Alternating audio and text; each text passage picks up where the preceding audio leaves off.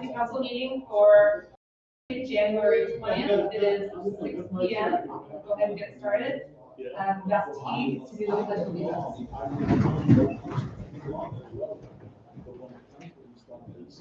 Do I just say, repeat after me? Repeat after me.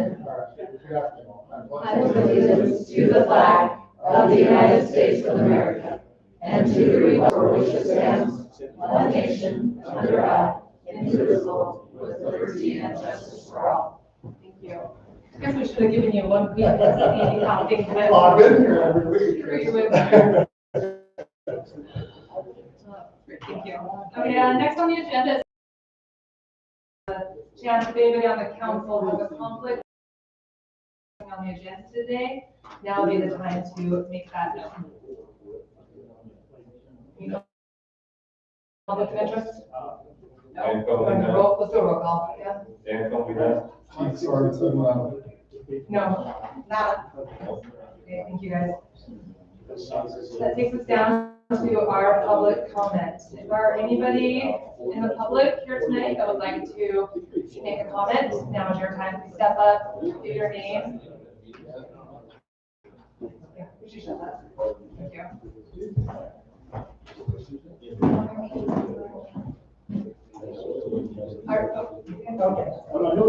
Okay, good.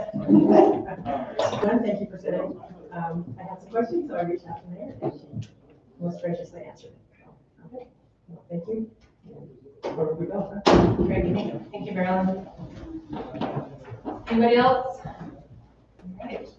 We'll go on to the consent agenda. Has everybody had a chance to review all of the action items on the consent agenda? I did. Great, is anybody prepared to make a motion? I'll make a motion. I make a motion that we approve the consent agenda. I'll second. Great, we have a motion and a second. All in favor, say aye. Aye. Any opposed? None. We need a roll call. Who's funny? Okay. Straight on the Ross? Ross, yes. Yep. Yes. Yes. Dan Comey, yes. Thank you, guys. And it takes us down to item number 4, resolution clarifying staff check-ins and compliance with the Utah Open Public Meeting Act. So you're seeing this before you today, and I just want to briefly explain why it's here. This resolution isn't about changing how the city operates day to day or limiting anyone's access. It's really about clarification. Over time, as questions come up, we want to be very clear on definitions and what constitutes a public meeting and what is considered an administrative or staff check-in, and how the city conducts its business in compliance with the state law. So this resolution just helps put those definitions in writing, so there's consistency, transparency, and no gray areas as we're going forward. Our attorney's here if anybody has any questions and wants to hear from Brian about it. You can go ahead and ask them. Just for clarification, Brian, this resolution keeps us in compliance with state OPMA rules, correct? It does, yeah. So I had a chance to review the resolution, made a couple of suggestions for change. It looks like Michelle has made all of those changes that I recommended. The resolution is in compliance with the Open Public Meetings Act. And do you have any questions about staff meeting versus city council meeting or anything in the resolution? Well, I've been concerned because in the staff, when we were having a staff meeting, we could discuss sensitive items. And as department heads, we do have to discuss those things. And so I was concerned about public privacy.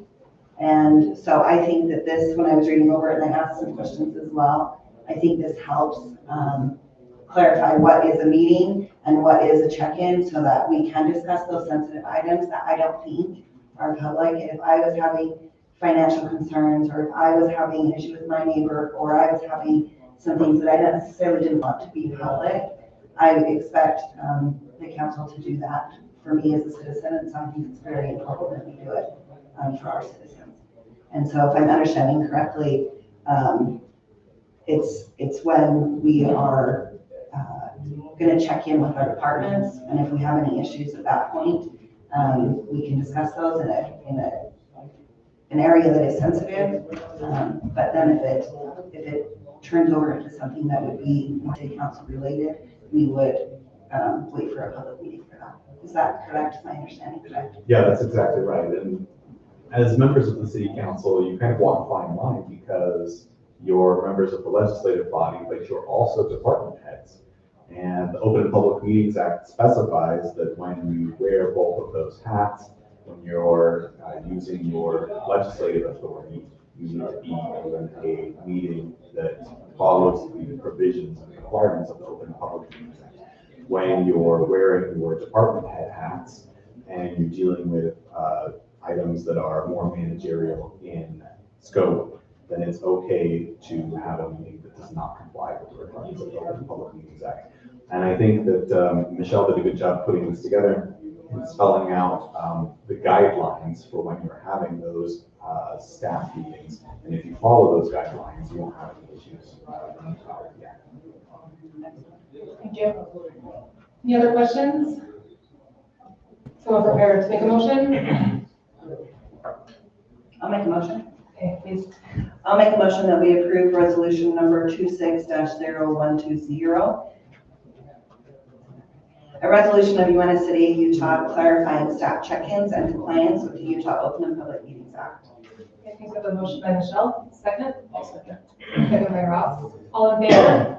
Are we any further discussion on the motion? Let me start there first. None. All right, all in favor, say aye. Aye. Any opposed? Thanks, that will pass. Appreciate you guys. Okay, that takes us down to council comments. Any of the council have anything they want to report? We're not in comments right now. Last Thursday, our grant application was hand delivered to the Grant County Commissioner's office, so it's in their hands now. Got a long day. That's great. That's been a lot of work, a long time coming for you. But the stack of other applications would fill pickup beds, so Do they offer any timeline estimated on that? Well, it's a lot of work to put in a grant application, so thank you for all the work you did on behalf of the city to better our parks. Hopefully we can cross our fingers and hopefully get something good out of it. Anybody else? As far as those signs that we've been looking into, the speed signs, the research I've done and the people I've talked to with that, I just don't feel that they're paying something to me. So if there's any discussion other city council members would like to talk to me about, I'm open, but I'm kind of dropping it at this point because I just don't feel paying that much money for those signs. It's worth it. I went down the same road when I was in Over Road, and I felt the same way, so I understand. I mean, they're cool looking. Well, and I understand the safety issue of it, and I understood that there is some research and I do think it slows a little maybe of the drivers until they get used to it, but I'd have to say that when I did the research and comparing that with the cost for our little city, I wasn't in favor of it then either. I mean, talk to the sheriff and they had talked about being able to put that sign anytime needed, and I prefer that. That's